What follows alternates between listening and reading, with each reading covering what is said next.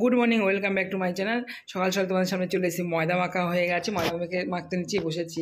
আর এখানে তোমাদের দাদাভাই সমস্ত বাজার করে নিয়ে চলে এসছে। মাছ এনেছি 2 রকম। আর আজকে নাইট ডিউটি, তাই সকাল বাজার করার সময়টা পেয়েছি। এখানে চানা মশলা বসাবো, সেই মশলাটা ভেজে নিচ্ছি। আলুটা ভাজা হয়ে গেছে, চানাটাও সিদ্ধ হয়ে গেছে। আর এক হাতে নাড়তে অসুবিধা হচ্ছে, হাসি দিয়ে চেপে ধরতে পারছি না তো, তাই অসুবিধা হচ্ছে। ওইখানে পরোটাটা তোমাদের দাদাভাই বেলে দিচ্ছে। বাবার জন্য খাবার পাঠাবো, দাদার ছেলেকেও পাঠাবো, দাদার জন্য দিয়েছি। এখানে চানা মশলা আর পরোটা সব ব্যাগের মধ্যে ভরে নেওয়া হচ্ছে। আর এই যে এখানে বাবারটা আছে। আর চা নিয়েও বসছি আমরা। চা খাওয়া হয়নি সকাল থেকে, যে 3 কাপ চা আছে।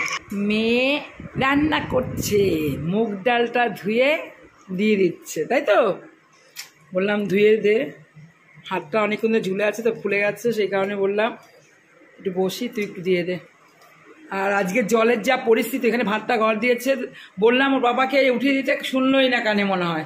কি আর বলবো, সবজি কাটা আমার সম্পূর্ণ হয়ে গেছে। এই লাল শাকটা কেটে রেখে গেছে। টিফিন নিয়ে বসছি এখানে।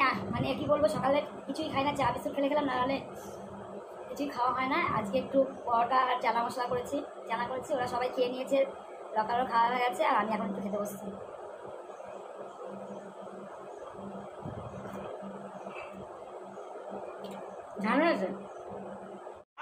নিচে খেতে বসছে ছেলে মেয়ে, আমিও নিচে বসলাম, ওদের আগে আমার হয়ে গেল, উঠে গেলাম। মাছের ঝোল হয়েছে, চুনো মাছের ঝাল হয়েছে। এখানে পটল রান্না হয়েছে, মুগ ডাল, বেগুন ভাজা, নিচে বাটিতে আলু সেদ্ধ আছে। ভাই খেয়েছে, জামাইবাবু এসে জামাইবাবু খেয়েছে। জামাইবাবু যেহেতু নিরামিষ খাবে, তাই নিরামিষ খাবারটা এখানে রেখেছি। আর এখানে মাছ ভাত নিয়ে বসছে ওরা। বাবার খাবার পাঠিয়েছি, বাবা খাওয়াতে গেছে আমার লকায়, খাইয়ে আসুক তারপর খেতে বসবে।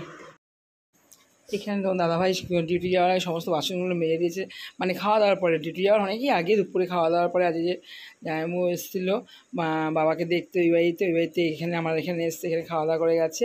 বিকেলে এখন প্রায় 6টার কাছাকাছি বেজে গেছে। এখানে কাজগুলো, পুজোর আগে মন্দিরের কাজগুলো খোলা হয়েছিল রং করার জন্য, এখন লাগানো হয়নি, তাই কয়টা কাজ লাগিয়ে দিচ্ছে। সময় পায় না তো নাইট ডিউটি, তাই একটু লাগিয়ে দিচ্ছে।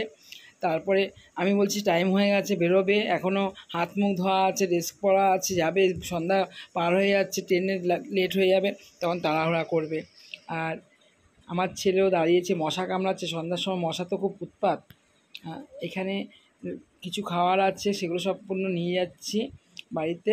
আর এই মেয়ে সব সবজিগুলো গুছাচ্ছে, এখানে সবজিগুলো গুছিয়ে নিয়েছি। অনেক সবজি ছিল, এখানে টেনে নিতে হবে ব্যাগগুলো, সাইকেল আছে সাথে। আর এই পেঁপে আছে, আর কয়েকটা বাসন খাওয়ারগুলো অস্বর করে নিয়েছে, সেই বাসনগুলো ছেলে মেজে নিচ্ছে। এই যে বললাম থাক মাছ দাও, তাও সম্পূর্ণ মাজতে পারিনি, হাঁড়িটা রেখে চলে যেতে হবে আমাকে। আর শাকটা কেটে রেখেছিল, শাকটা রান্না হয়নি, তাই নিয়ে নিলাম প্লাস্টিকের মধ্যে।